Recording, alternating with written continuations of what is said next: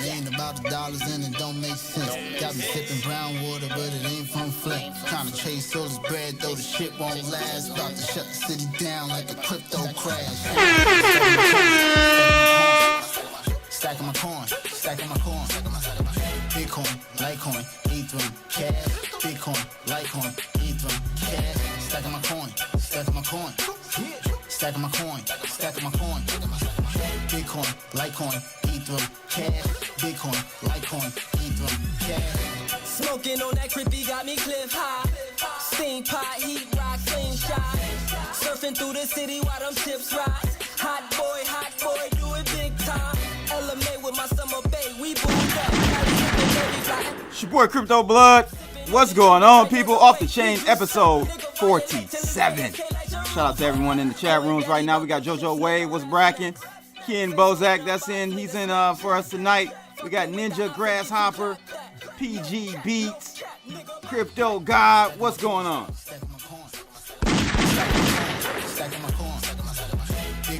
Big O in the house, Crypto J Minded is in the house. We got a great guest tonight, not a first timer, like his third time on the show. I think I've done a couple kicking his sessions with him. I think he's gone on Off the Chain live with me a few times. My man Kenn Bosak, we're going to have him on shortly, people, so hang tight. Make sure you guys like, share, and subscribe for sure. With urgency, cause it's straight trying to murder me. Prefer I be in my grave while they out searching. Celebrating with my coins, niggas out here searching.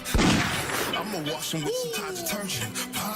You are fucking with the wrong person. For the coins, some people come up with all kind of schemes. Silly niggas for the paper doing anything. Fuck it. Do it live. I'll write it and we'll do it live. Okay. Fucking thing sucks. We'll do it live. Yeah, we're doing it live, baby. What's going on, people? Let me get my chat room up on the screen so you guys can see all the tomfoolery going on in the room tonight, this evening, this morning, wherever you guys are. What's going on? Again, we've got episode 47 off the chain. I'm lining them up. Got somebody coming in next week as well.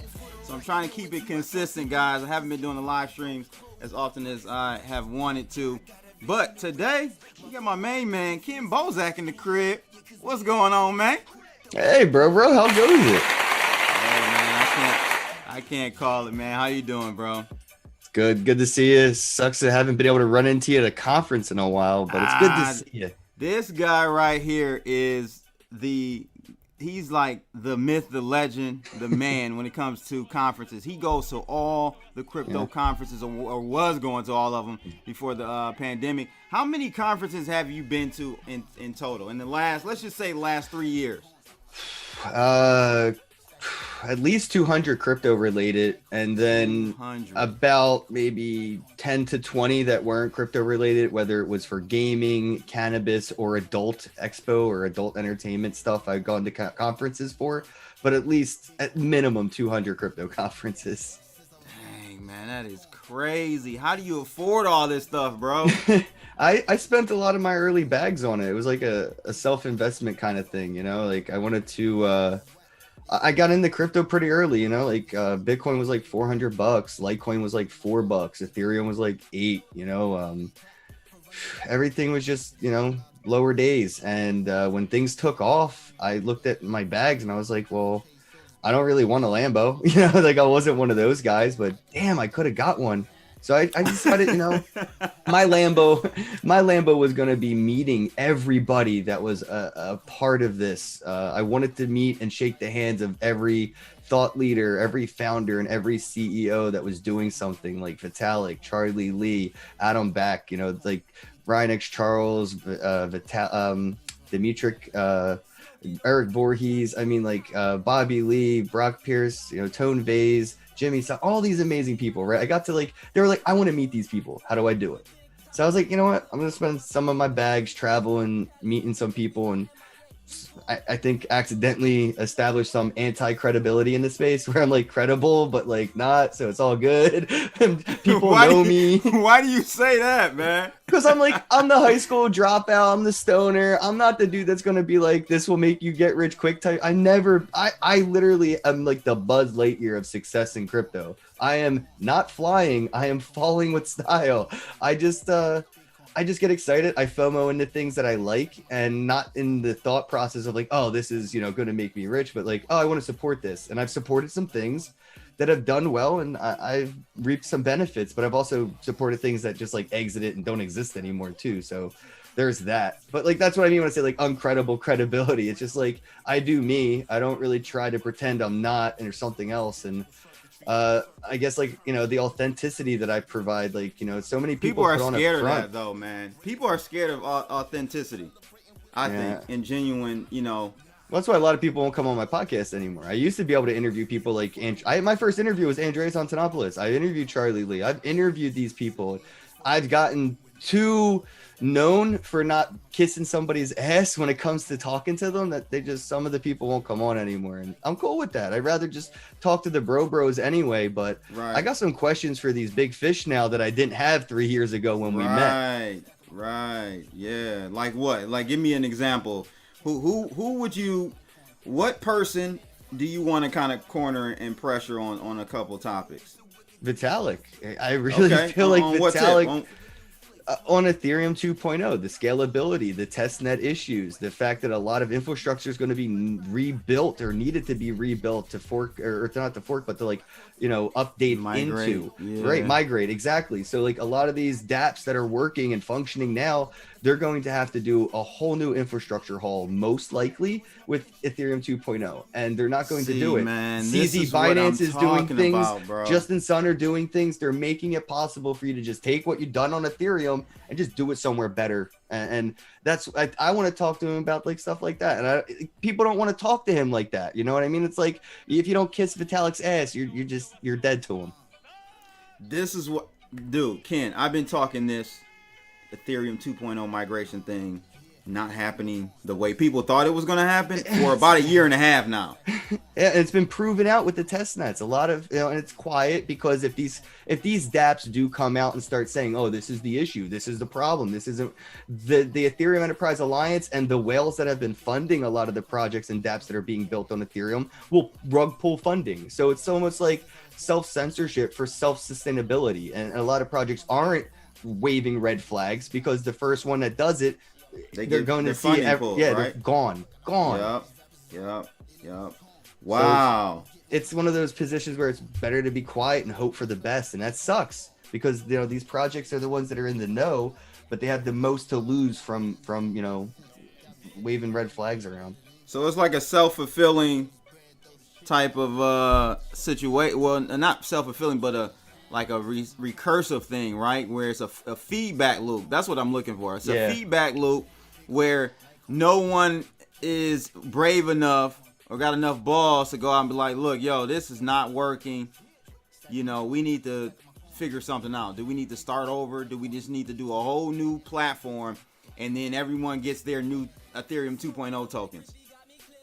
It's kind of already happened if you think about it. I mean, Ethereum Classic is the original Ethereum. If you look at it, like maybe Ethereum will have to fork and do things differently and do that, swap or token drop or something. I don't know, but I'm just saying, like people that know the most and do know what's going on are unfortunately the ones that are holding themselves back from letting us know what we don't know. Right. You know what I mean? Right. So like it's like a lack of information because the information isn't, sunshine and rainbows. Just because it's not good news doesn't mean it's FUD. It just means it's not good news.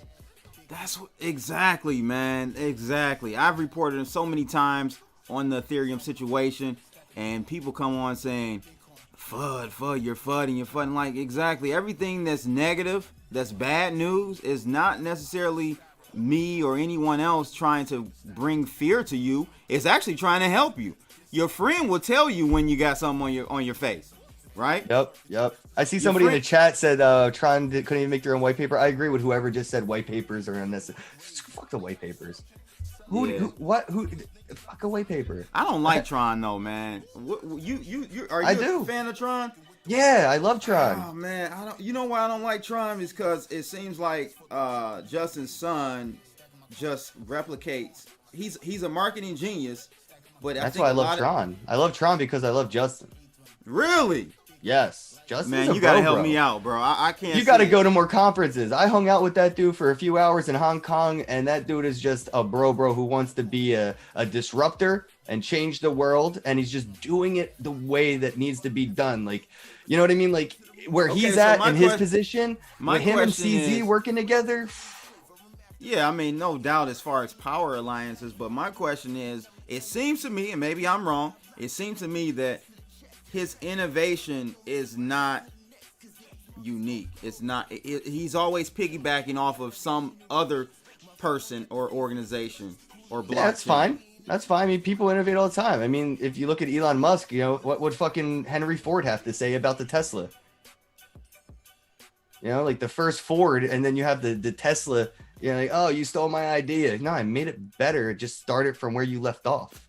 Okay, all right. Comment in the chat room, guys. What do you think about Tron? A lot of people, you know, it's a polarizing topic. Man, when I saw him post that video, buy my shitcoin, I was like, that's the Justin I know in real life. Like when I met him and got to hang out with him, like that was that's him. And as soon as I saw him upload that video with everybody, I was like, that is a genuine bro. Like that's authenticity. That's Justin is a crypto nut or a Bitcoiner at heart. You know what I mean? Okay. Well, like I said, so man, I just get good vibes from him, and that's why. And then as soon as I've never met him. That's the thing. I've never met him, so I wouldn't know. Yeah.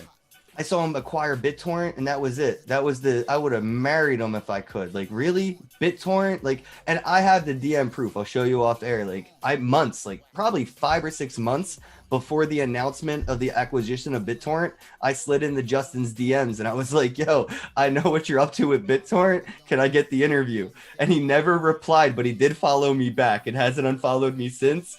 But I knew what was happening because I knew people at Bittorrent, and they hit me up. And I guess because I put out like, you know, this, now that guy's a scammer type videos and shit, they hit me up and they're like, yo, is this Justin dude a scammer? You know, and they didn't say what was up, but they're like, why are you asking me about Justin? Why are you asking me about Tron? And we haven't talked in weeks or months or years. And all I know is you work at Bittorrent and there's a few of my friends hit. Okay. So I saw like what was about to happen. I saw the tokenomics to seeding and leeching and everything that could be done with Bittorrent and cryptocurrency.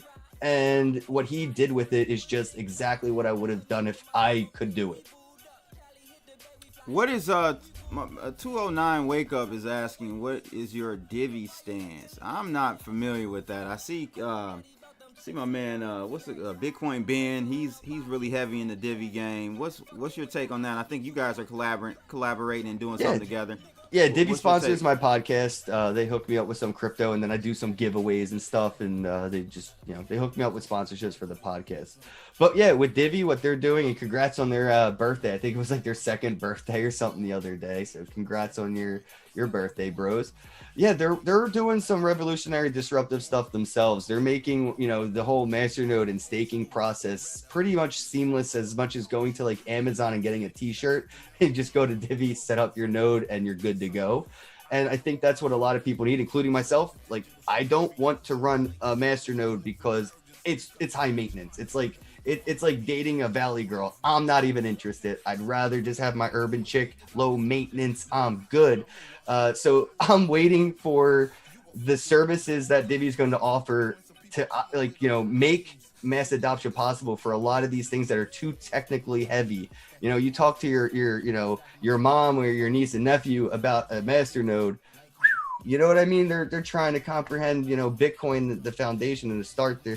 And we're at 2%, 1% mass adoption, trying to on-ramp people and like make them, you know, learn to code or get smart kid, you know, or whatever. It's not going to work. So we need projects like Divi that are dumbing this down, making it as easy as possible.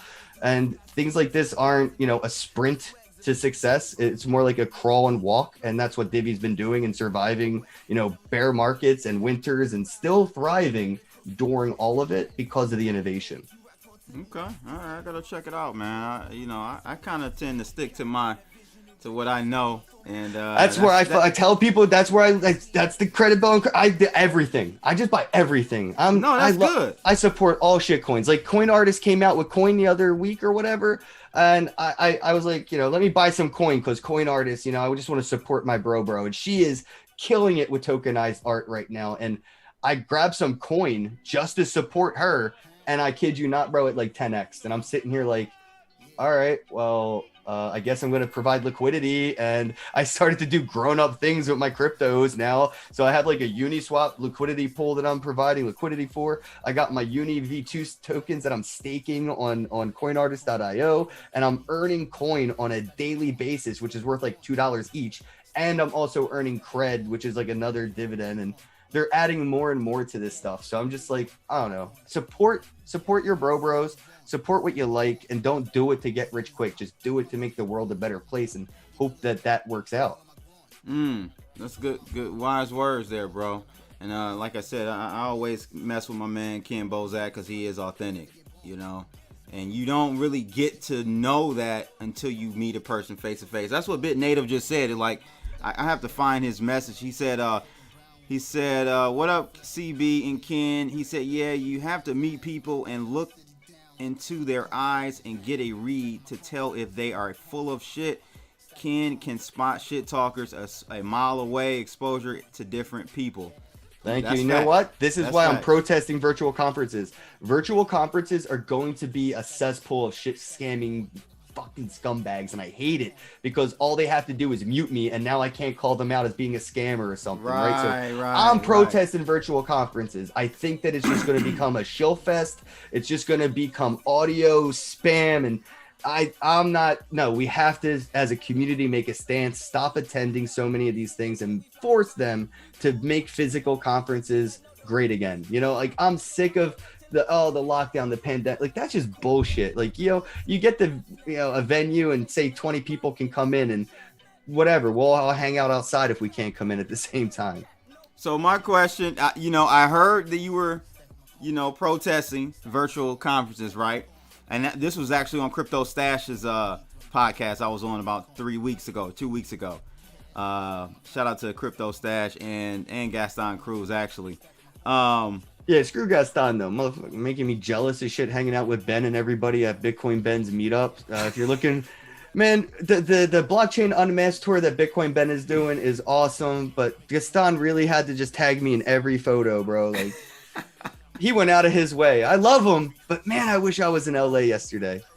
Yeah, the thing is, so you're protesting. I said all that to say you're protesting because you like the phoniness and with the whole online stuff, right? And you can't expose people. I'm protesting because I barely see black people on the panels of any of these conferences, bro. I don't see any diversity. What is your take on diversity in crypto conferences? Oof, there isn't any. What do you mean? I don't know. I was talking to Crypto Kenzie about this too. It's like, and this could be my own fault. I don't know. Like, it could be mainstream media, my own shit. Like, but I couldn't name the African, from South Africa or African general. Like, I couldn't name like the black Andreas Antonopoulos. Like, who is the vigilante shilling Bitcoin and helping spread mass adoption at that level? I don't know. I don't know who that person is in Venezuela, and I don't know who that person is outside of my nation bubble. So and then in the nation bubble, it's still it's hard to say who are the the diverse thought leaders in this space, and it's hard to start naming names, and I don't know if it's because they're not there, which I highly doubt, or it's because they don't get any recognition from the mainstream media like Cointelegraph and CoinDesk and yada yada, and I don't know their names because of that. So that's why. Yeah, that is why. Right, but I have to appeal to both conspiracies, right? So I don't know how I feel about that part, myself internally. It's like, damn, I'm not going out of my way, and then when I do, it's like I don't really find anybody outside of just old white guys and some random lucky white chicks that get put up on stage that look cute next to them. It's an echo chamber for sure. And I said this with the non-fungible community, and then I got a lot of shit for it, but I was like, even in a synonymous NFT environment, the amount of obvious lack of diversity is astounding. You know, it's like in what way? So, what do you mean? It's just so obvious that there's no diversity, really. Like they just shill each other's shit, and it's just it's just the whole, you know, white rich guys in a room bullshit all over again. Okay, you know, it's weird. Like I don't see. You're a deeper lot into that NFT culture than I am. I'm just getting dipping my toe into it. So I'm just kind of, you know, getting familiar with the whole scene. Well, it's a circle jerk, and it's starting to become a little bit of an elite club now to get into. You want to start doing these NFT things? Well, you're going to have to get into my community, and then I'll tell my community that you exist. And if I don't do that, then that. And it's like, shit, man. Like self-regulation starting to, like, you know, suck. And I've been saying this for a while, man. Like even like to the Bitcoin maximalist point of view, it's starting to feel like, you know, the tribalism within the tokenomics is racist within itself. And I feel like the ideologies of maximalism and you know, racial superiority and shit are like very similar in mindset for the people that have that you know, missing piece of their brain where there's something has to be better than something else. Nothing can be of equal. And that's maximalism. That's racism. That's a mentality that I think people need to break from in all directions, whether it's technological or it's cultural. So my man Bit Native makes a good point. He said that, you know, brothers are sparsely represented in tech in general. Panel members are usually tech business, quote unquote, experts. That's true. Like, you know, I'm in tech. I've been in tech conferences. That's very true. And, you know, I would consider blockchain a niche or subgroup, subgenre of tech. Like it's an even smaller space, so that could be part of it. That's true too. I mean, there's the argument for the lack of women diversity as well, and that's the thing that the argument is used for. It's just it's such a new industry. Diversity is hard to try to, you know, at some point even trying to force diversity starts to feel like pandering, and that's what it would look like at this such of an early stage of a development in an industry, because we're not an industry yet, but like, you know, anything working towards industry standards, it's natural progression. So it's nature versus nurture when it comes to things like this. And I think trying to inject and enforce diversity, you know, throwing women on stage and throwing, you know, African Americans and Spanish and everybody on stage just for the sake of it would come off as pandering. And, you know, I think over time we'll see diversity and cream of those crops kind of raise to, you know, the froth at the top and get the recognition they deserve. And it's happening more and more. Shit. Why can't I remember? Bitcoin Zay, right? He has the book. Yeah, Isaiah Jackson. Isaiah Jackson. Yeah, he's been getting a lot of attention for his book recently, and like fucking good on it. But damn, did it take a while for people to like support him? I got Andreas Antonopoulos. Everybody shilled that shit. So I'm just saying, it's obvious to me. That's all. Right. Okay. Yeah. Good. It's of course obvious to me, but I just wanted to get a person's take that's not African American, that's not black. You know what I'm saying? I like to get the other side of the coin and perspective, bro. Yeah, that's why I made that random swag. I don't know. A lot of people gave me shit for that too, but I put Bitcoin, Litecoin, and Monero on like face masks and t-shirts, and that's it. It was just Bitcoin, Litecoin, Monero logo. That's it. And I thought that would be a really interesting way to start a conversation with two taboo moments in history, where we have the Black Lives Matter movement and we have the cryptocurrency movement, and how those two conversations could find use cases for each other. But you know what I would say, it's crazy because it's going back to Bitcoin Zay. I don't think he would have gotten the exposure and the highlight on his book, which had been out for a while. You know, if it wasn't for this, if it wasn't for this whole, that's the pandering fucking thing that I was trying to get at. So that was really a pandering I see all move. These fucking people showing really his book. Move. I'm proud of him. Like, they're showing your shit now, but you also like Zay realize, bro, like they're using you as their black friend. Yeah. Hey man, we're gonna take it however we can get it, but definitely, I agree with you there. So let's talk about some of these topics, bro. Where do you want to start? I mean, we can talk NFT. That wasn't really something I had brought up. Oh no, it's fine. Your list was interesting, man. We the articles that you sent were really good. So whatever order you're into, we can just dive into them. Yeah. So let's talk about. It was an op-ed on the Block crypto.com that was kind of talking about decentralized exchanges, and there is no such thing. I don't know if I particularly agree with his angle, because he was talking more so like syntax wise, like he was basically saying it's a verb, not a noun. I'm like, what are you talking about, bro? But well, it's legal jargon, right? These are the types of these words that we use on a daily basis to communicate with each other mean one thing here in the real world. Once you get into the legal world, these words have very strict definitions, and the word and the verbiage that you use, like being a noun or a verb, has strict scrutiny too. So I personally don't know like legal jargon enough, but when I was reading it, I was like, yeah, this is lawyer talk.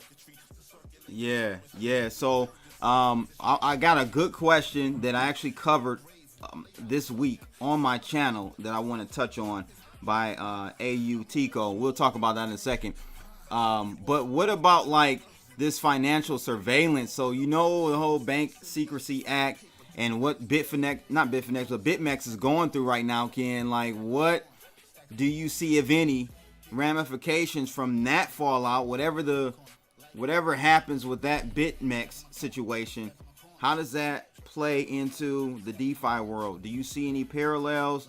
Do you see them coming to attack DeFi, and what are the attack vectors that you see for DeFi? All right. First, yeah, they're definitely going to come for DeFi. I mean, that is the boss level battle that the government's going to have to face after they faced many of the minions across the way of decentralization. Final boss battle is DeFi.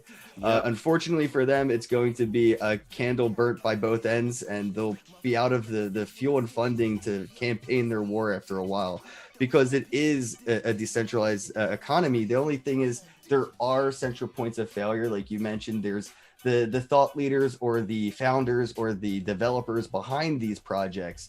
They are synonymous at best. Nobody is anonymous. Satoshi got really lucky. If the NSA was a couple weeks older, they might have him nailed down. Right. They still might even know who he is. They just ain't telling us. So to be completely anonymous and involved with DeFi is impossible, I believe, at this point, and worthwhile to investigate to find out, who's behind it, and then persecute, or tie them to a chair and make them maliciously destroy the project somehow or something, right? So there are those vulnerabilities, but then you have to look at a lot of the success we've seen from things like SushiSwap.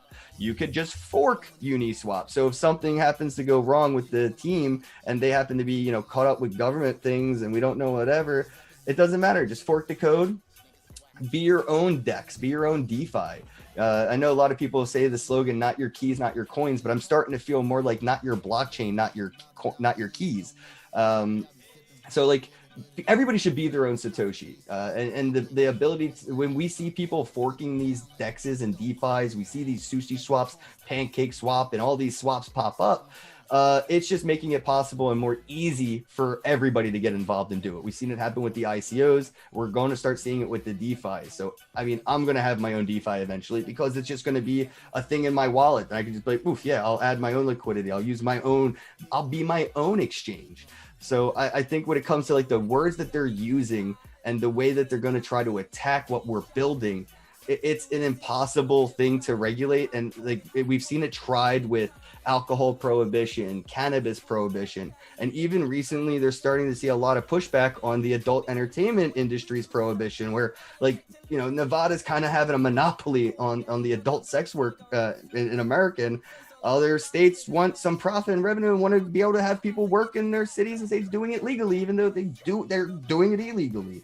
So like the prohibition part, they can't threaten us as much as they can threaten the board or the people behind it, and those are synonymous people that they're gonna have to really spend a lot of money and effort and time to track down and do all this stuff. And because it's so easily forkable and all that, it's an impossible battle, but it's something that they have to fight. There's no taking a knee or falling on the sword when it comes to the government's economic sector.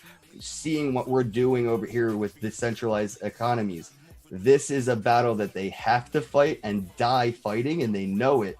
and that's that's going to be their great. They're going to say, all right, we did everything we could to beat, we failed, and then that's where they're going to say, all right, we're one of them now. We fought, we lost. If you can't beat them, join them. And then that's where we see the Fed dollar. But that's at the end of the line of fighting tooth and nail and spending every printed fiat they have at trying to suppress this. The ability though is just impossible. What do you think is going to happen with BitMEX, man? And they're Arthur fucked. Hayes? He's fucked. Yeah, he's so fucked. But I tweeted why do you the other say that? day. We have to protect him. We have to protect him as a community. The same motherfuckers that are out there saying free Ross, yeah, free Arthur, bro. Like before it even happens, like. Because they start coming for your neighbors. The next thing you know, bro, they're coming for you, my friends. And then they're coming for my family. And now they're at my door coming for me. And that's what they're going to start doing. So if we as a community don't start backing the thought leaders and the people like him who are building the infrastructure for mass adoption to occur, that's where we're going to lose the battle. That's the only way we can lose the battle is if we allow them to demonize our thought leaders. And we have to, you want to free, how about free Arthur? Right. So, though, like, he was really taunting the authorities on Twitter and stuff. You have to, though. That's the thing. Like, it's inevitable, bro. What I'm saying standing is on the battlefield and going, like, come at me, bro. You have to fight eventually. But what I'm saying, though, Ken, is that they're not gonna show him any mercy. No, and I think that he's doing this as a fucking sacrifice, bro. Like, straight up a martyr of what's to come. And if people that like Brian Armstrong or what's his name from Kraken, the surfer looking fucking dude, like if these people don't get together and back with him, they're next. No, and that's like the whole BitLord joke thing. Like they are though. They are. They'll be regulated into a corner and be held accountable, not grandfathered out of anything that they were doing as a platform in any early day. And they'll be pushed into a corner and forced to be sold out. But see, the same thing happened to Poloniex. The only reason Poloniex sold the Circle. Yeah, but the thing is, though, Ken, I see a difference between Coinbase and BitMEX. Because BitMEX took a strategic... their strategy was to kind of, I don't want to say evade, but move to a country where they could operate how they wanted to, right? Coinbase, they've already sold their soul. Yeah, but here's the thing. They've got the VC backing. They're already. You're right, but the government has an ace in their sleeve, man. The ace in the sleeve for Coinbase going down is the Bitcoin Cash listing inside trading. And the only thing that come out of that was Coinbase. They did an inside investigation for their own insider trading and came back inconclusive of evidence. Bullshit. The government's sitting on that ace in the hole and they're saying, all right, when we need to play this card, we're going to play it. Because the whole, even just that's a small example of the Bitcoin Cash listing insider trading information thing on Coinbase. That's a small dip in it. There's so many people that I've spoken to from 2016, 2017 that sent their ERC20 tokens from like a smart contract from an ICO to an Ethereum address for Coinbase, and Coinbase basically just said, "Oh, your money's ours now. Like, there's nothing you can do." Yep, they have. That's true. So there's some aces in the holes on putting down these what look legit exchanges. They're the only reason they're there is because they're going to be acquired. Like again, like Poloniex and I'm seeing everybody getting acquired. Coinbase ain't beating Wells Fargo. Wells Fargo's just going to buy Coinbase. Yeah, we'll see. We'll have to see what happens, man. I'm interested to see what happens with BitMEX. Like, I just think they'll probably get a huge fine, and then they'll have to go straight AML, KYC, like straight up. I bet they sell. I bet somebody buys them before any of that happens. They'll be reacquired, new ownership. And with new ownership, when acquisitions happen like this, the new owners are usually forgiven for any ill do that a platform or project has done before the acquirement. So they could just get a whole slap on the wrist, or they could get away from the fine and get away from the slap on the wrist and sell their asses to somebody else. And now there's no problems. It's just so hypocritical how they can go after a BitMEX when you got JP Morgan doing stuff like opening accounts for my grandma and not telling her for 7 years. That's Wells Fargo, right? Yeah. Wells Fargo doing that, opening accounts. You got JP Morgan with the cocaine Yeah, my grandma actually got like a couple grand from that whole settlement thing, because thousands of dollars that, you know, she had multiple accounts opened under her name with fees, and when that whole thing blew over, she got a letter in the mail with like a couple grand, and she was like, "Wow, I didn't realize they were stealing that much from me." Yeah, I see Crypto God saying that Coinbase banned me because banned him because he was using online casinos. They are watching what you spend. They absolutely Oh are. yeah, That's man. why I mean, dude, you let me find out your Coinbase address, I'll just send you $1 in Bitcoin and they'll shut your shit down immediately. Yep. I definitely encourage people not to use Coinbase at all if you can. People think about financial terrorism. I don't want to get into it, but like think about how people could use this technology with centralized exchanges against you maliciously. Like I could send something to your address on Coinbase that could incriminate you into some shit, and now you have to prove your innocence. It's not innocent till proven, guilty. You're guilty and you must prove that you are innocent. So yeah, I do worry about these centralized exchanges. You find a whale that's using Coinbase, I'm just gonna send you some crypto from the deep web that has some kitty porn sprinkled in it. Good luck with your fucking stash, dick. Right. Yo, how's it feel to be a whale when you're using centralized exchanges? Exactly. Chico, I wanted to get back to his question. He asked, what are your thoughts about the IRS employing a hack team to crack Monero? I talked about this earlier this week. I don't know if you saw this. Yeah, I talked to Fluffy a little bit. He was at my meetup a couple weeks ago in Philly, and we talked a little bit about how they're doing this with like dusting, and they're trying to basically start like a rigged signature chainalysis, which is really interesting. And I'm with it. I think that this is great. It just means they're taking it more seriously now as a threat, and it's an obvious. We're in trouble. We got to start investing. Look how much money they're investing into this. Come on. Yeah, two awards of $625,000. Yeah, that's saying something, right? So to me, I see attaboy to Monero. Like, shit, you're doing something right. You scared them. Yeah. But what are your thoughts about now that there's an intentful focus on it? Mm-hmm. What happens now, man? Like, Monero developers, the Monero developers are now incentivized to get back to work and make it better. Same thing that happened to Ethereum when CryptoKitties came out. CryptoKitties broke Ethereum. Yeah, I'm sure the IRS is going to crack Monero, but guess what? The developers are better, smarter, and been doing it longer than whoever the fuck you're hiring. They're going to fix it. Whether it be a fork or a patch or a bug update, doesn't matter. If anything, this is good for Monero because that's PR exposure, right? Right, exactly. Every time somebody came out early days saying Bitcoin, this is a scam, Bitcoin's for drugs, it was like that was the best publicity it could get. The IRS saying that they have over $1 million in funding to help find something out about something, like, bro, that's so legit, Yeah, they're going to crack it, but the thing is, though... Yeah, they will. Yeah, they 100%. will, but Ken, the dangerous thing, though, is that when they crack it, now they're able to see everything. Even if they do an update, now they'll be able to see everything that was already on the blockchain. That's my concern. Well, this is why I'm excited to see what Litecoin's going to do with Mimblewimble. We need alternatives to privacy solutions to see what works, and we won't know what works until the same amount of money, if not more money, is thrown at breaking it than there was thrown at making it. Interesting. Yeah, man, we'll have to see what happens with that. Yeah, I'm not shocked, but I see that we're on the same page on UniSwap is breaking Ethereum. Yeah. It's not just that. It's people are leaving centralized exchanges, and UniSwap and these DeFis are getting way more end users than Coinbase would brag about on a regular basis. Yeah, but again, I'm always watching the money trail, man. And I see that UniSwap is a VC-funded operation. And to me, yet another rug pull for the community. We're going to pile into there, and then they're going to hit UniSwap's been around way too long, man. And I mean, I gotten to talk to Vitalik face to face about UniSwap 2 years ago in Canada. So I am confident in what UniSwap is doing. I've been an advocate for decentralized. You don't think they've sold their soul? I don't care if they did or not. Fork their soul. It doesn't matter. They built it. That's why I love SushiSwap. That's why I love all these fucking stupid food swaps. Keep doing it. Steal their shit. It's straight theft. And then it doesn't matter if they sold out, because we can steal what they sold out.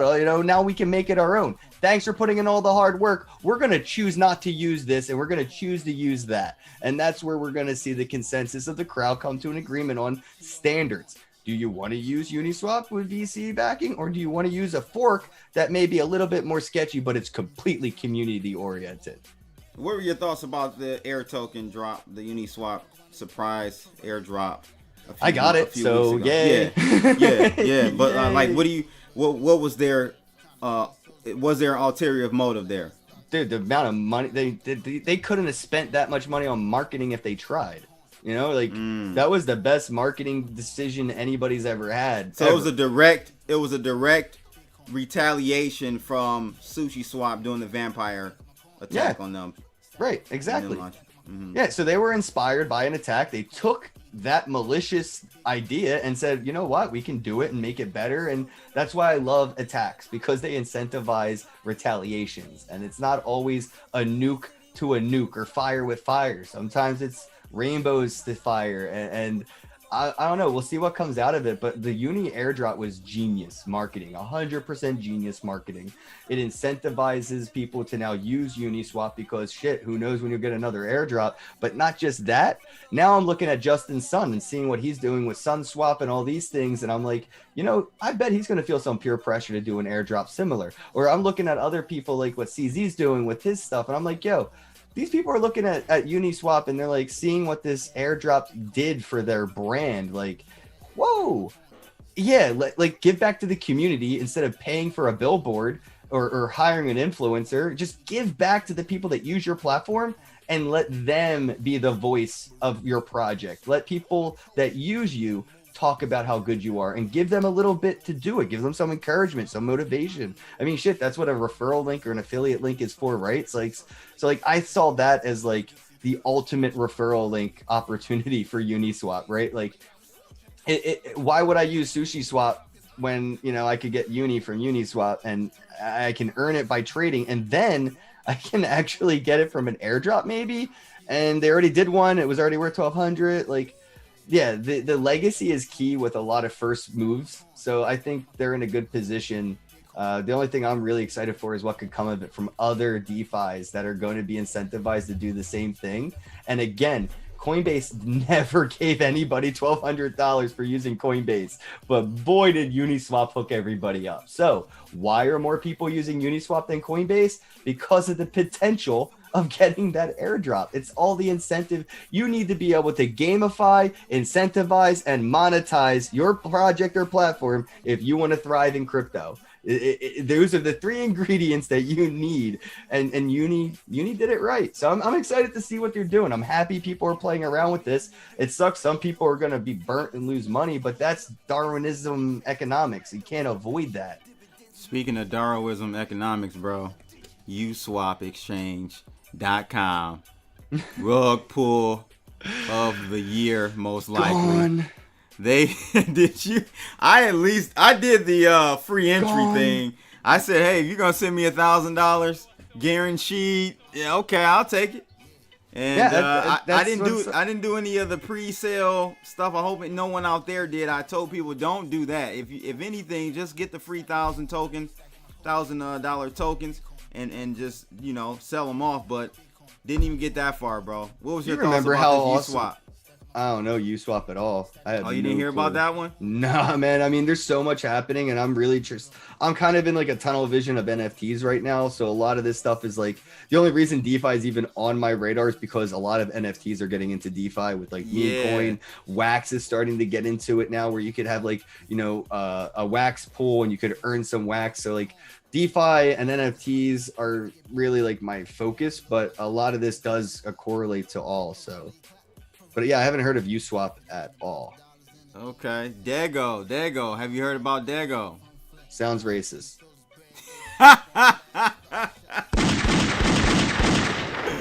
It's like Lego, but decentralized, you know. I don't know if Italians would appreciate it. Probably not, right? That's a good one. I didn't even think about that. Wow. Might be spelled differently, but still, I don't think it's appreciated. Yeah, so when that just popped up in my head when you talked about NFTs and decentralization or DEXs, what's your favorite wave right now in the whole NFT game? Utility NFTs. Any NFT that has functionality outside of just being a scarce collectible piece of art that sits in your wallet and collects dust until you decide to try and sell it on the market. I'm looking at NFTs that do something. You should check out Dego. I'm sure there's so many people getting into utility NFTs now. Yeah, because that's exactly what they're doing, man. They got these pitchforks, and you can actually put them into a mining pool and actually get Dego tokens back. So yeah, your NFT is a subscription membership to the mining pool. Exactly. Yeah, perfect. So perfect utility NFT. Yeah, exactly. And if they're scarce, they have mint numbers, things like that, even better. They do. They have different values as far as the quality of the token of the NFT, right? So you can have a silver token, but it has a range between like 8,000 and 9,000 in quality. And that'll determine how much you get to your basically your mining efficiency. It's pretty neat, it's like a lottery ticket, and each lottery ticket has better odds than the last. Yeah, exactly. So let's talk about this digital art with the NFT though. Like BitBoy just launched his, so congratulations to BitBoy. Shout out to him and Rareable. I think he's already having issues with counterfeiting though, so I hope him the best. That's what I want to talk to you about. It's no real. I mean, I'm sure there is a way, and I've actually got an idea on a way to do it. I already secured the domain names. I'm talking to some people now on, kind of having a clearinghouse for that.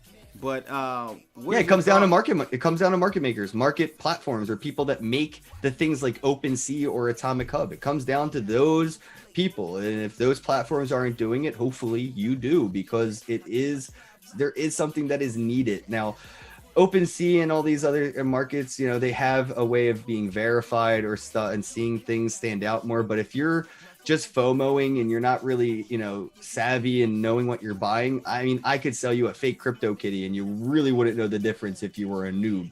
Not until you tried to breed it on the Ethereum blockchain and realized I just sold you a random screenshot and I tokenized it on Ethereum, and then I sent you that peer-to-peer, transaction, whatever. So like counterfeiting is still an issue in general, but the platforms, the markets where people make their art and then sell it, they really need to step it up when it comes to verifying people. Like, you think Twitter blue check marks are a big deal? Like, these rareable blue check marks are going to be huge. And I'm just starting to think that could become a problem of like, censorship or favoritism and stuff like that. So I do get a little bit concerned when it comes to like, verified assets versus not verified. Well, how do I become verified if I'm, not being illegit, but I'm just a startup artist? And stuff like gatekeeping, it kind of, I see that rubbing the wrong way. But to get back to the point of the counterfeiting and what platforms can do, Atomic Hub has a really good way of doing it with their verified and unverified markets. So if I say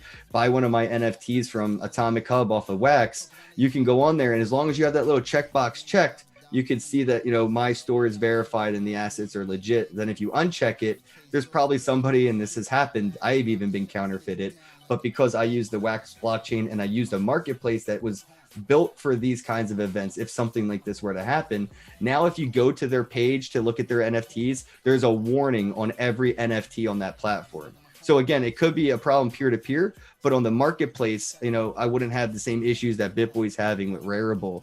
On Rareable, it's sort of still like an early feeding frenzy. And that's why you're seeing so many bad actors say, you know what, it's worth using some gas and paying some Ethereum to make counterfeit BitBoy cards, because it's really hard to tell the difference on Rareable right now. So there is an incentive for malicious investments into counterfeiting. And then there's the benefits. There are good points. I don't know if you really want to get into it, but there's good things that can come out of these counterfeit NFTs. And it's because it's the scarcity issues, right? Like, I forget the name of the handbag, but there's like, a handbag that's super famous and they only make like, 100 a year or something. Somebody in the chat's going to know, right? I mean, it's like the world's famous purse. But yeah, there's things that are like out there. Bag. Merkin, thank you. Birkin bag. Birkin. Yeah, that thing. The guy was on an airplane with a model and he made a bag with her, and now it's a story. Right. well, their scarcity has actually increased counterfeit productivity tenfold. So more fake bags from Berkeley and counterfeits are sold, and people know that they're buying fake Berkeleys, but they don't care because the ability to get a legit one is beyond their means. So the counterfeit is their only ability to have access to this brand and sort of like even a false sense of that lifestyle. And then you have the companies like Berkeley that are going, well, we only have 1,000 bags a year that we sell. Well, wait, people are counterfeiting them. There's like 100,000 of them this year that sold on the the dark market. Okay, great. That is awesome. They're looking at this like, okay, for free, people are basically, branding us and marketing us. So we have people walking around with fake Berkeley bags, but people don't know they're fake. So it's just brand recognition for us. And there's two benefits that could come from the counterfeiting. So again, with BitBoy, he only has like 20 or so of these NFTs. They start to get sold out. People may just want the knockoffs because they're plentiful. They're not so, and they just want to I have I could hang a Banksy up. It's a fake Banksy. I know it. You know it. Right. But I still have it. Right. Yeah, that's true. That's true. Here's BitBoy's collectible. Dude, the art is amazing. Like legit. Yeah, it looks good. Looks good. So It's I'm a little actually expensive though, right? I don't know if you know Lars. I think you've been talking to Lars over at EOS Detroit. I don't know if you're familiar with him. He's an art director over there. I mean, I know everybody like by a Twitter handle or like their chicken avatar, so it's hard sometimes. Oh, okay. Well, I'll talk to you offline about that. But yeah, man, I don't know how we're gonna solve this, and if it even is possible. It doesn't matter though, right? I mean, the fake Gucci bags that are sold in New York City don't affect Louis Vuitton or Gucci or any of their sales, right? It's like true. The market will balance out, and I think that But I would say it's less. less the barrier to entry for cloning a digital art is so low. Right. Well, so wasn't it making fake Pokemon cards when we were kids? How many fake Charizards did you get fucked over with? Because I could tell you I had a binder full of shit that I didn't know was fake. And it didn't matter because when I played the game, my friends recognized it and, they let me play my Charizard in the battle, even though it was fake. So I don't think it really matters that much. I don't know. I like to try to think of the silver linings. Someone in the chat room is talking about, did you hear about Crypto Chico calling BitBoy out? I didn't see that. I don't really pick up. Crypto Chico, seriously, I will fight Crypto Chico in a professional fight. Just give me a few months to train, work out. I'm really out of shape, but that dude just needs to get his ass whooped professionally. Yeah, what does he do? I haven't seen any. He's just an asshole, dude. He's just straight up talk shit on everybody. That's his content. That's his platform. That's his audience. He's just an asshole to everybody. Talk shit on everybody. Make shit up about everybody. He's like the crypto conspiracy theorist on Adderall, and I'm sick of it. I love the dude. Like in person, he was cool to have, but you can't be an asshole to all my friends and me be cool with you. We ain't cool. We ain't cool because you can't be talking shit on BitBoy, bro. That's it. Yeah. Yeah, that's crazy. Like I said, man, I don't keep up with these cats. I don't fucks with his content. It's too negative, and I don't like negative shit. I don't have time for it. Yeah, so let's talk about gaming real quick. You're a big gamer now. You've actually kind of just stopped doing the crypto stuff on YouTube and focused primarily on gaming on your YouTube channel. Tell us a little bit about that whole situation and how that's going. It's going pretty good. So in February, obviously the whole lockdown pandemic thing happened and life things happened with me. And I didn't really have it in me to keep doing the crypto thing, but I still wanted to engage with people. I didn't want to smoke alone or play video games alone. I was used to, doing a thing with a live audience. So I decided to start streaming Apex Legends on YouTube, and I did that for a few months. And then I decided, well, I could do some blockchain game stuff and, maybe the gamers from Apex and Fortnite and Call of Duty, maybe they'll get interested. So I haven't been playing as much of the not crypto games, but I do want to sprinkle it in. So if you look at the top, you see it's Apex Legends on my YouTube channel. That's where I really wanted to focus. My gaming thing was I'm pretty damn good at Apex. I made it to the top 500 in the world. And then I kind of decided I felt better and I wanted to make more crypto content. So I started my podcast back up. started doing more Splinterland stuff and blockchain related things again. And I'm going to be sprinkling more like Apex, Call of Duty, and Fortnite into YouTube. But for right now, I've been doing a lot of like the blockchain stuff to kind of like shill it to the not crypto community, like the people that are interested in gaming but not so much like care about crypto. I kind of stole their attention with like just playing, you know, Call of Duty, Fortnite, and Apex, and then this recent past month or so just started putting out like, you know, blockchain gaming content. So and it's been an interesting conversation with people about like tokenized assets, being able to trade skins in games, and like gamers get it, you know. Either you're going to talk to somebody that lost their bank account and then show them how good Bitcoin is, or you're going to find somebody that like had their Fortnite account banned and they lost all the skins they bought to relate to. Nobody has a functioning bank account cares about being unbanked. But the gamers get it. Even if they have a functioning Twitter or a functioning Fortnite account, they know that their friend's account was banned and they lost all their skins and they lost all the money they invested in V-Bucks. So like they're aware of like not your keys, not your coins, kind of quite literal definition, because they've seen their in-game coins be taken just because somebody thought they cheated or they said something on the stream that the game didn't like, X, Y, and Z. Yeah, I mean, what's your pulse? You like I said, you got your finger on the pulse, man. What's the pulse on the growth of DeFi? Not DeFi, but like crypto games, blockchain games. Are you seeing chain that? Games? Yeah, no, it's growing. It's growing huge. Growing? Yeah, so my buddy Adam, I think you met him. I think he's behind Bravo Coin and Rebuzz. He was in Vegas, for World Crypto Con. Yeah, he built a project called Chain Games, and it's right now like their proof of concept game is called Super Crypto Kart, and it's a AAA shiny looking game. It looks so good, and it's like comparable to Mario Kart. And you can actually get some crypto in the game. So like you're like with Mario Kart, you're racing to get like, you know, weapons and bonuses and benefits for the race.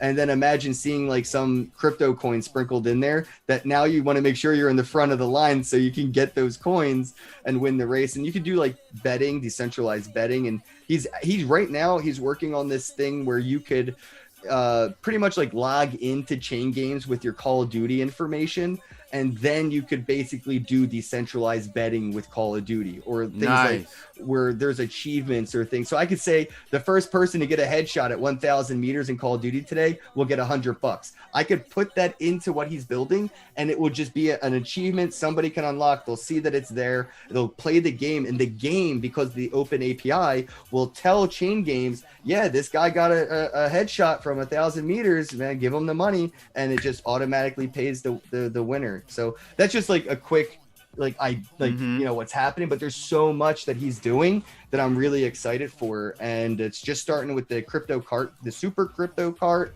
and Chain Game stuff. But what he's doing with the Call of Duty thing and everything is just like, yeah, this is going. The blockchain gaming industry is the on ramp. That everybody's been like, what's the on ramp? When on ramp? It's blockchain gaming. That is the entire on ramp into the highway of everything blockchain and crypto. Yeah, I mean, I'm seeing it even with I like what Telos has been doing in their endeavors to try to get into the blockchain game. They got a couple over there that are pretty dope as well. And yeah, I saw Monero get into it too with Atari, bro. I'm like, everyone's gonna want in on this, because if your blockchain ain't got gaming, it ain't got game. Right. So what do you think about, we talked about this earlier, the scalability issues with Ethereum. My man Jay Crypto Minded asks, is that blockchain games going to only be really scalable on Ethereum 2.0? I mean, I kind of know the answer to that, but they're building their own solution. I can't get into it, but if you want to join their Discord or their Telegram, they're on Twitter. I'll shout them out. I'll get you the link to put in the description. But Adam's building, he's a wizard. Like this, he is his own Vitalik, right? So like he'll build his own solutions, and he is. So I'm not too worried about the scalability, especially when I'm talking to him. I don't see it as a factor, and it's not sidechain solutions. So it's really interesting shit that he's doing, and that's why I like supporting people that are experimenting, because even if this fails, somebody will pick up where he left off and say, well, a lot of the legwork was done, and it makes it easier for more production from saying what does and doesn't work and how to do and do it differently.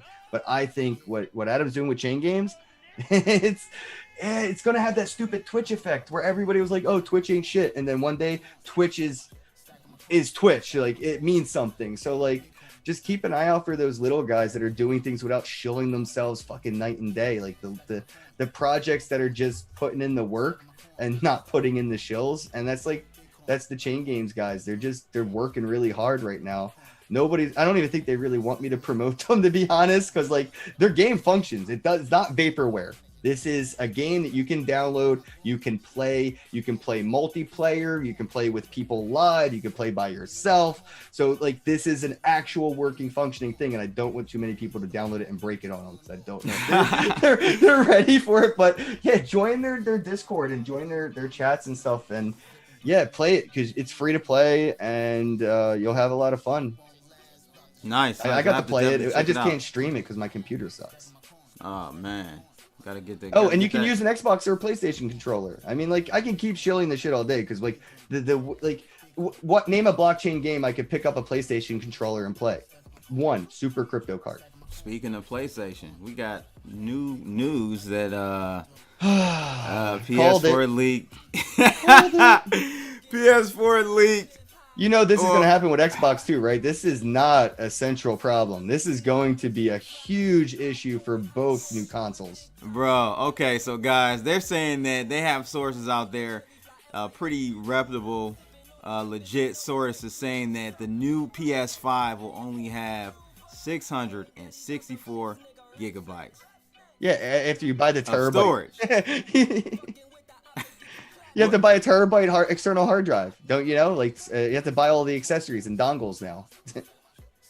So that's what you think they're going that route. That's kind of that's going to be the next thing. Yeah, they're going to have PlayStation Cloud or some shit, right? They're going to have a router that you could plug into your Ethernet cable, and same thing like what is it? The cloud drop thing that Apple has. You could get like this time capsule air thingy, whatever, and it's basically a router that's also a hard drive.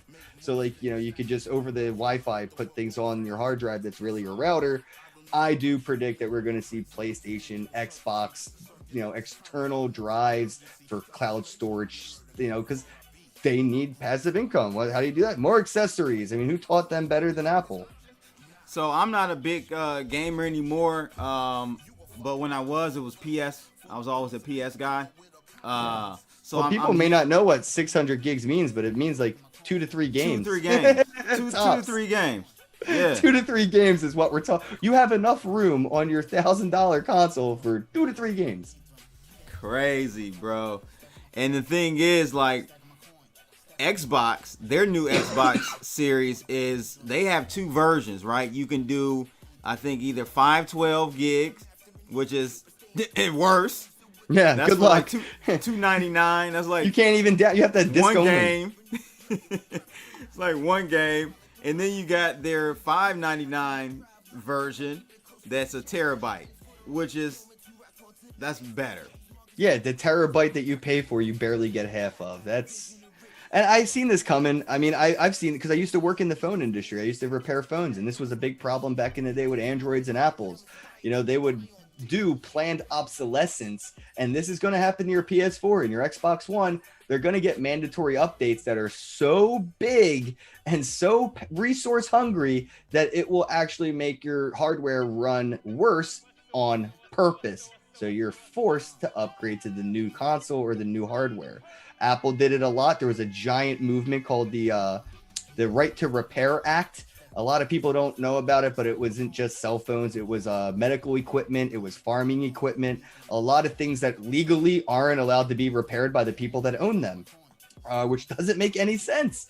But it's a law. So there was a Right to Repair Act that tried to fight against doing this, and that's where a lot of this stuff started to come into play, where you're selling me a piece of hardware with a terabyte, and you're selling me the terabyte, but then you're forcing me to install 500 gigs of your update and maybe even 700 after 2 years, you know, because, you know, planned obsolescence. And I seen this happening. I didn't see it happening so huge like that. This, people don't know this is a big deal for PlayStation to have such a bad spot for their storage. And I think this. I read the article about the compression, and that's not going to be the solution, bro. It's going to be an attachment, an accessory. Yeah. They'll give everybody a $50 voucher to buy a $200 fucking thing, and then after 6 months, the vouchers will no longer be good, and everybody will have to buy it full price. And I already see what they're going to do. Yeah, man. I didn't even think about, actually, I didn't even think about the external hard drive thing. So yeah, that's definitely one route they're going to go. I personally think they're going to try to push people toward that whole cloud gaming thing. No, they don't want that. You don't think Sony and Microsoft, they do not want cloud gaming. That we would have seen that already. They're going to have to go, though. They're going to have to. Exactly. Yeah. Shout out to Jerome, Token Gamer, Blockchain Universe. If you guys really want to follow somebody who has their finger on this pulse, it's Token Gamer, Jerome out of Miami. He does the Blockchain Universe stuff. And yeah, I mean, I talked to him about a lot of these consoles and things. And the way I see it, it's the cloud-based gaming is inevitable. The problem is it's some sort of like the banking infrastructure fighting DeFi. They have to fight it tooth and nail before they can cave in. They have investors, they have members, they have too much like people staked legacy and physical things and discs and stuff. Like they have to show that they tried their best before they do fail and innovate or die. Because, right? Bro, think about all of the what do you call it? The people, the companies that build for them, right? The suppliers, all the suppliers from the they have deals with Walmart. They have deals with GameStop. So if they don't have games to put on the shelves, they're going to be in void of contracts. So I imagine Sony and Xbox, they probably have 10-year contracts with people like Amazon, people like Walmart and eBay, and physical brick and mortars like Target, GameStop or whatever. Like there's contracts that are signed that are holding back innovation. And this isn't, I mean, I've talked about this with everything. Most recently, you can make a comparison to streaming content. Why wasn't there more streaming content 5 years ago? Because of the contracts that the producers were locked into. The people who make the content for the platforms were locked into agreements that no longer made sense. They had to wait for the contracts to time out and choose not to re-sign them. We're going to see that eventually with Microsoft and Sony, but they have to, I don't know when or how long the contracts are, but I'm sure that they promise GameStop and they promise Walmart and they promise these markets a certain amount of inventory to sell for setting aside shelf space and putting their name on the aisle, so that's another thing holding back innovation is the backroom handshakes or paper signing deals.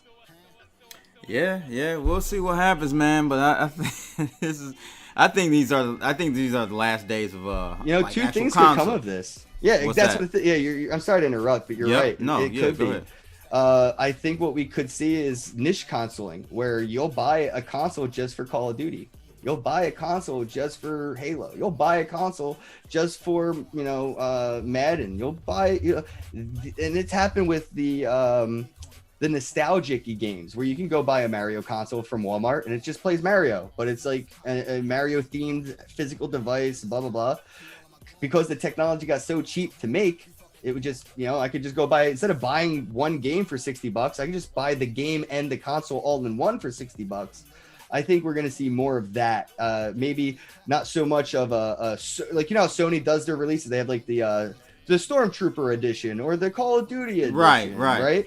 We'll see that go more direct to where like this console is made for Grand Theft Auto. So like it's perfect for Grand Theft Auto, or this game's for first person shooter. So this console is only for Call of Duty because of it'll be like $60, $80, bro. Think about it, $80 to buy Call of Duty.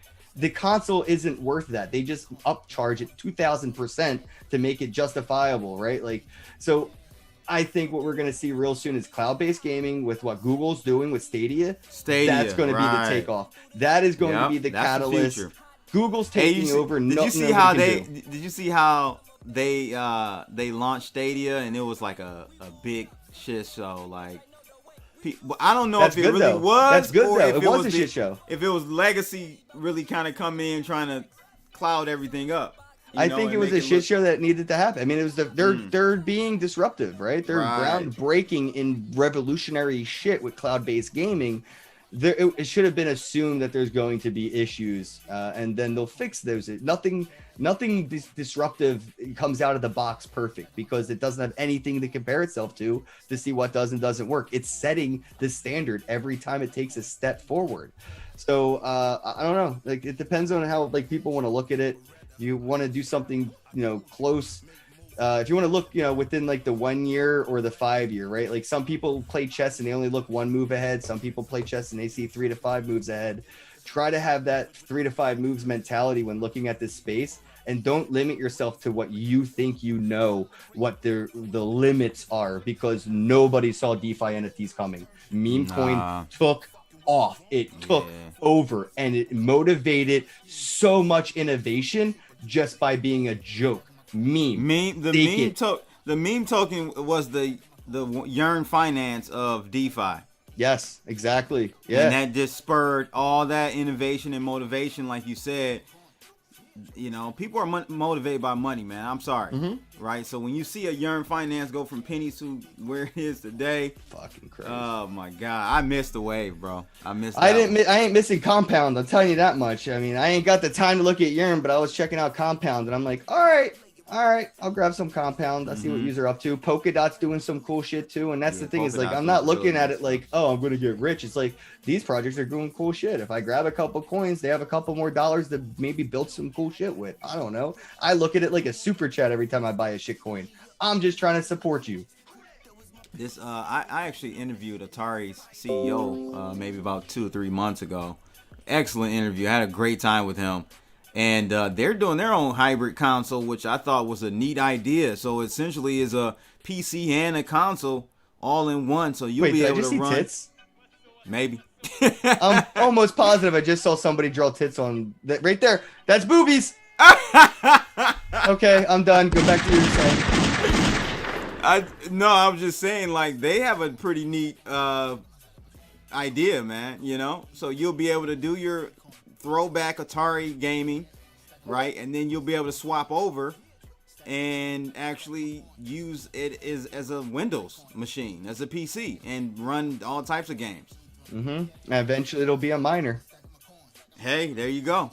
That's their next step. I mean, why? It doesn't make any sense that I have a smart toaster and it doesn't mine. And I'm sure Samsung, that makes the smart toaster, saying the same thing. Like, wait, we could have Samsung blockchain. We could just make people mine our blockchain for us and secure the network every time they plug in a Bluetooth or Wi-Fi toaster, Bluetooth Wi-Fi air dryer or refrigerator or anything. So yeah, I mean, the fact that that's not already on the roadmap is just them keeping something close to chest for release day. And I know if you're into crypto, you're into this stuff that Atari's into, and you're coming out with a physical thing, there's no reason not to have an Atari chain or something to do with, like, when you're playing games, immutable ledger is important for cheating, right? If I play a game and somebody cheats, I want to be able to know. If I have a high score, I don't want it to be something that I could lose if my Atari gets wet.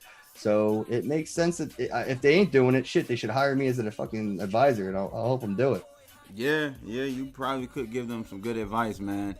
Shout out, just want a real quick break, man. I have now set up my Discord server. Oh, I gotta join. Yeah, I'm gonna send it. I saw you put out a tweet earlier today. I actually did mine. I set it up like 2 days ago, and just want everyone to come over there and join me there and set up the Telegram room. Did you hire anybody to help you with it? Because if not, I have a friend from India who's been managing my Discord, and he's a young guy, but I'm happy to help him get his rent paid if I can help a little bit. And if you need if you don't need it, you don't need it. But if you would like a moderator, 100% this dude got your back. Oh yeah, we'll definitely. And you need one with a new Discord, because people are going to be coming in there with the trolls. Yep. So definitely we'll talk to you offline about that. I got my man 10 Pound in there as well. He's a moderator. But yeah, I need more for sure. But yeah, I hired my buddy from India because he's awake when I'm asleep. Somebody's in my chat in my Discord when I'm sleeping, making sure nobody's posting scam links to fake NFTs. Exactly. So yeah, guys, check it out. I've got a few different channels there. Red Zone is like the general chat room. We got the Trade or Die, geopolitics, shill your shit. That's, you know, I'll be in there. Any project you want to shill, you drop it in there. And of course, I got my YouTube members room. You guys can join on YouTube. And, yeah. You have your bot hooked up where every time you go live or upload a video, your Discord gets a notification. I do. Shit. Yeah, shout out to my man Tim. Oh, there we are, right there. Boom, right there. Right there. Oh, we're number 1 too. Yeah, dog. So check us out. I put the link in the description, guys. So I'm trying to get that built up there. But yeah, man, I'll send you or invite you after the show as well, so you can hang out with us. But man, what else can we wrap up with? I think I want to talk about this SushiSwap. Kind of circle back to DeFi and the DEX thing in the DeFi world. What happened, man? Like, I was really excited about SushiSwap. It's just the price tanking. I mean, it doesn't affect the tech or the platform. I mean, it's just... Well, their TVL has dropped too, though. Yeah, right. Exactly. Everything's dropping, but it doesn't affect the technology. It just affects the utility of the technology until it balances out. So just wait. There was obviously a bubble. There was a hype movement. The amount of sustainability that it would have taken, or the amount of momentum, it would have taken to sustain sustainability isn't possible. No, so because we weren't having. We need these moments. We didn't have new money coming in. That was the problem. It was all money that was already in the crypto game, right? Sloshing around. So once that ran out, man, it was like it had to drop. It had to drop. And it could be an opportunity to buy the fucking, soy. I guess, is soy like the dip for sushi? If you're going to buy the dip, do you buy the soy? That's funny. Damn, did I get that marketing material? Oh, well, hire me. They need it. Kirby, hire me. They need it.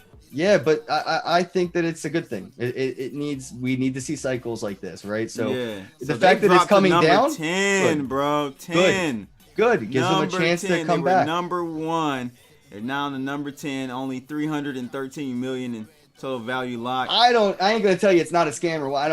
I ain't saying shit like that. All I'm saying is, this exists. It ain't gonna go anywhere. It ain't like, it ain't like BitConnect. People can keep choosing to use this. It's only a scam that if you use it as a scam. Yeah, no, it's not a scam. They're actually got a great team over there. They're doing a lot of great work. They just updated their UI and UX, and they got a nice little thing going on. So yeah, dude, what I saw with recently with BitMEX, to kind of keep that conversation going before we wrap up, is when I saw BitMEX and everything happening there, and I kind of had that thought, like, well, shit, like Brian Armstrong and Coinbase, they might have, they might feel like they're in the lion's den, but they're still sheep surrounded by lions. They are not original wolves. These up and coming Bitcoin billionaires are still sheep surrounded by lions. If they think they're wolves, they're still lions. You know what I mean? Like, surrounding them. I think what we're going to see is more come into these DeFis and out of centralized exchanges. And I think it's, possible to see that spread out. People are going to choose to use UniSwap just because it's a unicorn logo. People are going to choose to use SushiSwap just because it has a sushi logo. People are going to choose to use KenSwap because it has a stoner logo. I don't care what you choose to use. The fact of the matter is there is no monopoly. There is no centralization. There is no censorship to what you can use. The more of it that there is, the less centralized all of this is. Facts. Why do you think other blockchains like EOS, like Tron, and others that are clearly superior in their performance, why haven't they seen the adoption from the DeFi world? Kind of give me your thoughts about that. 'Cause, I mean, I played around with DeFi box. That's one on EOS. They're quick. I've been doing DeFi since I got into Bitcoin. 2016. My first experience was block trades or shapeshift or Changely type shit, right? Yep. Like that's the OG DeFi. They didn't have the model for self-sustainability that the new DeFi's 2.0 have, where it's an economic sustainable environment where the users fuel the progression of the platform instead of needing a coin to pay you to get listed or whatever, So I've been using this technology forever. I've been telling people, I have a video out there literally somewhere circulating of me taking like hundreds of Ethereum and using Shapeshift to day trade for Ethereum Classic, and then using Shapeshift to day trade back into Ethereum from Ethereum Classic. You know, when one moved up, I would just keep switching. I just keep buying the dip and just move. And I was doing this with Shapeshift. I didn't need Poloniex. I didn't need, you know, Coinbase or any of these exchanges. And like even in 2016, I was sitting here like, you know, why are people doing all this extra work? I guess buy orders and sell orders are cool. Stop losses are cool. But if you don't know what you want when you want it, don't buy it. Like, you know, right. So when I met Vitalik, I think it was like 2 years ago now in Canada, he was talking about UniSwap and talking about like the comparisons and what it's like. And I was like, dude, yes, because without a decentralized exchange, Bitcoin ain't decentralized. You know, like the article that we didn't really dig into too much kind of mentioned a lot of that. Like, is DeFi decentralized? No, because Bitcoin isn't decentralized. It's strongly centralized by centralized custodial exchanges who have conglomerately together a 51% stake or more in all of Bitcoin because we keep giving them our coins. Mm-hmm. That's dangerous. And I don't think people realize the censorship or the decentralization that really comes from internet service providers that provide internet to the miners so they can get the blocks to fucking mine, or the electric company that the government says you're allowed to give the miners electric until the moment the government says any mining farm is no longer, then, you know, the electric company is just going to come out and cut the power to your mining rig. And yes, somebody somewhere else may be allowed to do it and they will be incentivized to do it. So they'll take up the space in the hash that has been slacking. But if we see this happen on a global scale at a government, you know, United Nations type of a takedown, it is centralized because we heavily depend on centralized technologies to fuel our decentralized bullshit. We need decentralized internet. We need decentralized electricity. We need to take the government away from electricity completely.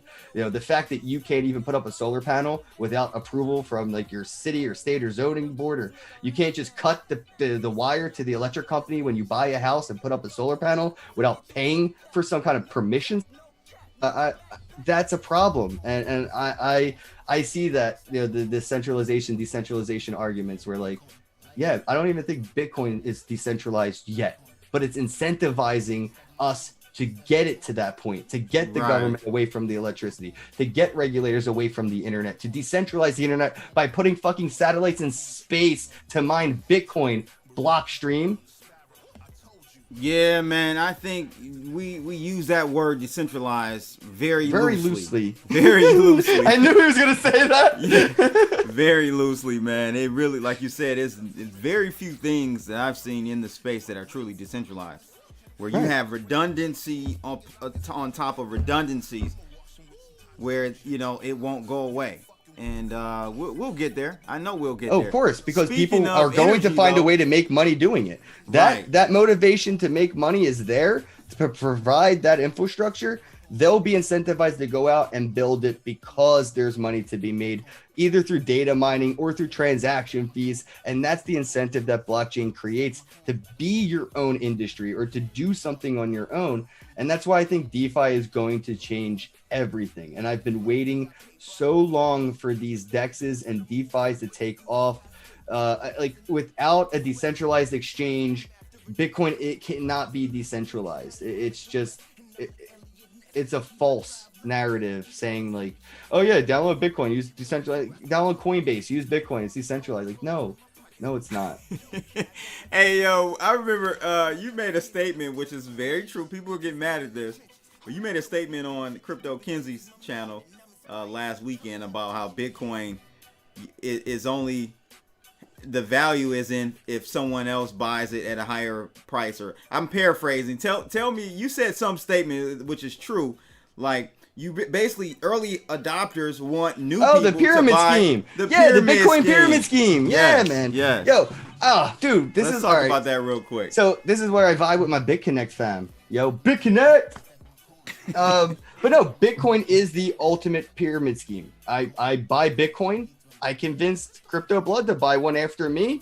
It increases my Bitcoin's value. He convinces somebody to buy a Bitcoin after him. I get that downline, and it is a perpetual downline. There is an infinite downline to this. So look at the people like, the OGs like Adam Beck and people like Roger Ver. You know, They're they're at the top the new of the pyramid, Rockefellers. boy. Yeah, they're Right. the new Rockefellers at the top of the pyramid. So they are pyramid scheme salesmen. And that's, if anybody's out there showing Bitcoin doesn't think that it's a pyramid scheme, bro, I don't think you understand how this all works. But the more that come in after you, the more money you'll make.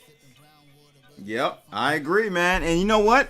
That's just not, that doesn't just pertain to Bitcoin. That's any, like you could take any stock, any equities market stock that doesn't pay a dividend. If you pay a dividend, there's a difference because you actually are getting a portion of that revenue. So, you know, I don't need someone else to buy the stock because I'm buying the stock because I'm getting dividends from it. Right. I tried to explain this to my brother about the difference between like Robinhood and TD and like somebody else owning your stock for you as opposed to you owning the stock and being able to rent it out and actually make money off your money just because it is money. A lot of people, you know, are that's coming too. You know, tokenization of securities and equities. Yep. Oh, that's of course, that's it on is. the way. I mean, the New York Stock Exchange. You know, you think these wolves of Wall Streets aren't walking in and seeing, you know, these stoners at Starbucks fucking pumping dumping on Binance? You know, like we got their attention. The only difference is they're still comfortable. Their penthouses are still paid for. Wait.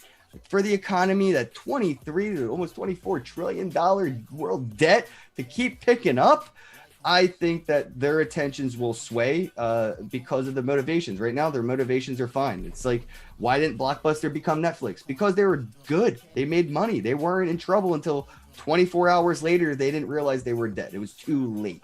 And that's what I think a lot's going to happen with the financial infrastructures. But these wolves, these dudes on the NASDAQ floor, blah, blah, blah, blah, blah, those are the bros that are going to be launching their own DeFis coming soon, real soon.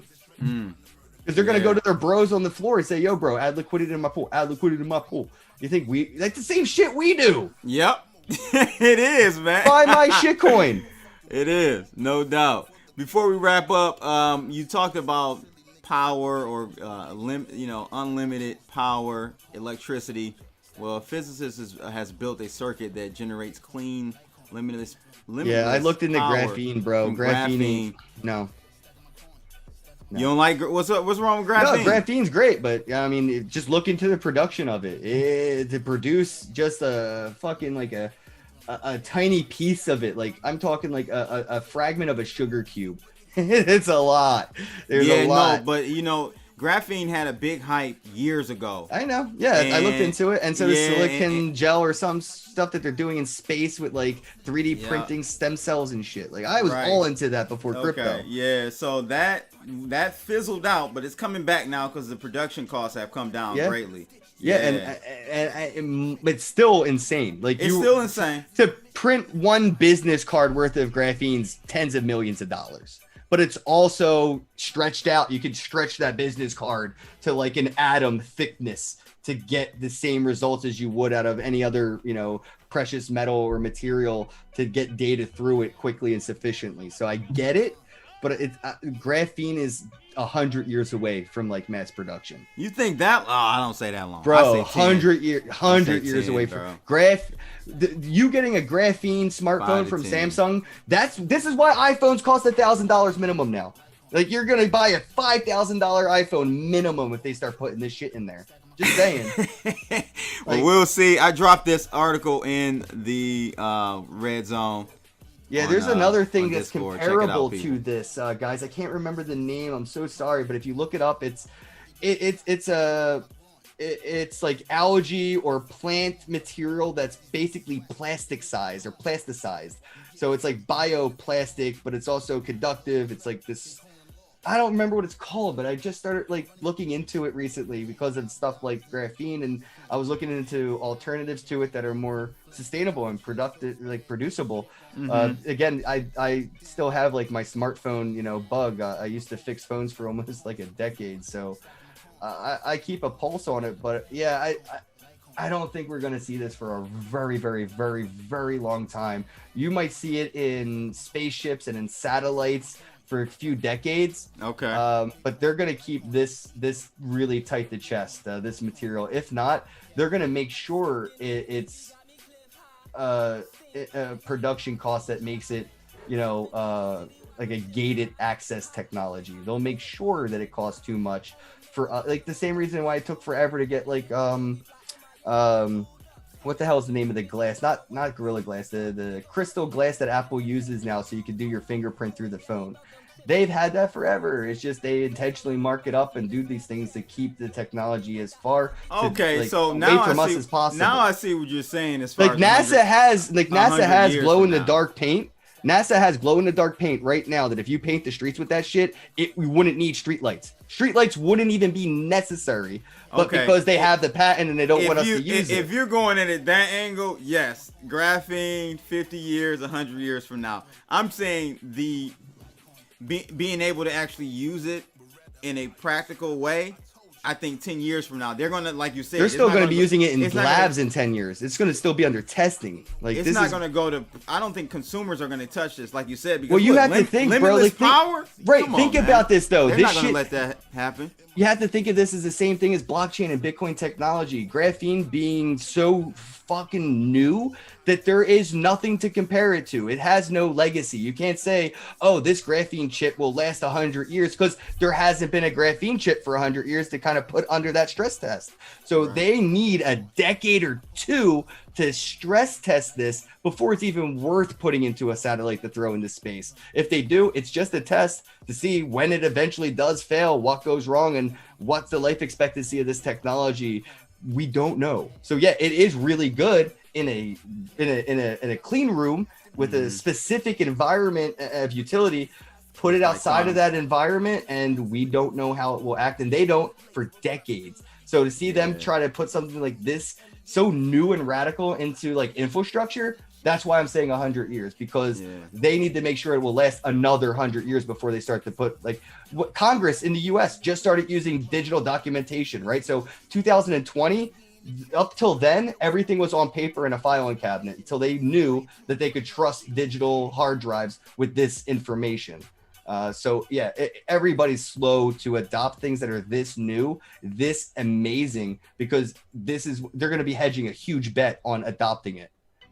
Yeah, we'll see what happens, man. But I want to just real quick shout out to Mark Carl Art. He asked, "Is EOS dead?" No, EOS is not dead at all, bro. No, bro. They just built an amazing bridge for EOS to wax. Yeah. So if you have any EOS assets, you could just take a bridge, like a highway, right on over to wax, baby. EOS is not dead, guys. It's actually the number one as far as computations on the blockchain, number one in the game right now. It's just, I don't know, man. Like, they haven't found. They had $4 billion and haven't done shit. That's the fucking problem. We could all address the elephant in the room. You made $4 billion and we don't have much viable product to use on your blockchain. I don't know if they can legally. I think they're taking that's why Voice isn't being built on EOS. Because legality. Voice. Like, they were supposed to build Voice directly on EOS, but now they're not. Eventually it'll come. Yeah, I think it. And it's KYC'd and shit. I think it is on EOS. I think it is on EOS.io. All on chain? I thought it was not. I haven't used it because I got hit with KYC just trying to sign up. Carleo's Way, let us know. I think pretty sure it is. But the thing is, with that's why I didn't sign up with that Voice back then. At least, Ken, it was the KYC. I'm like, I'm not getting ready to do all that, and I got to use my real name and all that stuff. But then I hear conflicting reports that you don't have to use your real name and so on and so forth. But it's an experiment. I think, they need to improve that. But as far as performance, and development, man, EOS is doing their thing. You know how they approve it? Somebody's just going to do it synonymously and launch Voice 2 and do it without the CEOs and the boards and the people that can be arrested for not following the laws of KYC and shit. Like, keep building your centralized shit. I really appreciate it because all of us cypherpunks are going to fucking steal it and there ain't a goddamn thing you can do about it. There you go. There you go. My man Kenn Bosak telling it how it is. Make sure you guys go check them out on YouTube for sure. YouTube for gaming, Twitter for podcast. Every day on Twitter, I do a new podcast. Yep. My man Kenn on Twitter doing this thing. How many hits did you get on your last podcast on Twitter? About 2,000. He's doing it, people. He's getting it cracking over there. My first one has over 100,000, maybe 200,000 on the first one. So look, here's the cool thing. Ready? Click on my pinned tweet. Oh, you have the bat token hooked up, my bro. I have my Twitter hooked up to Bat, so I'm already earning. Don't click on the link. No. Go back and just click on the pinned tweet so you can expand the, I guess, the thread or whatever. Oh, no, not there. You just right here, click right on here. anywhere in the. Yeah, now scroll Yeah. down. Watch this. Every episode from September 1st, September 2nd, September 3rd, there's my playlist. So every podcast every day goes right to my pinned tweet downline. So that's just, if you want to see the podcast, you go to the pinned tweet, and every single tweet underneath the pinned tweet is the day after's podcast. And Nice. it just goes on and on and on and on. Yeah, check my man Kenn out. He's doing. Are you still doing an interview a day, podcast a day? Yeah, podcast, as long as people book it. So let me see. My schedule right now is 1, 2, 3, 4, 5. I have 5 days that aren't booked this month. Okay, nice. All right, there you go, people. Make sure you guys go check him out. Make sure you guys also join the Discord room. He'll be in there. I will be in there. He'll be in there. We're Discord. gonna get my man in there. Discord. Talk his shit. But yeah, that's pretty much it, ladies and gents. Make sure you guys like, share, and subscribe. Click that bell. Again, I'll pin the Discord room in the top portion of this video.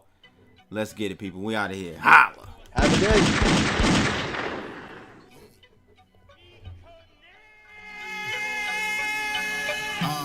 Yeah, stacking my coin, stacking my coin, stacking my coin, stacking my coin.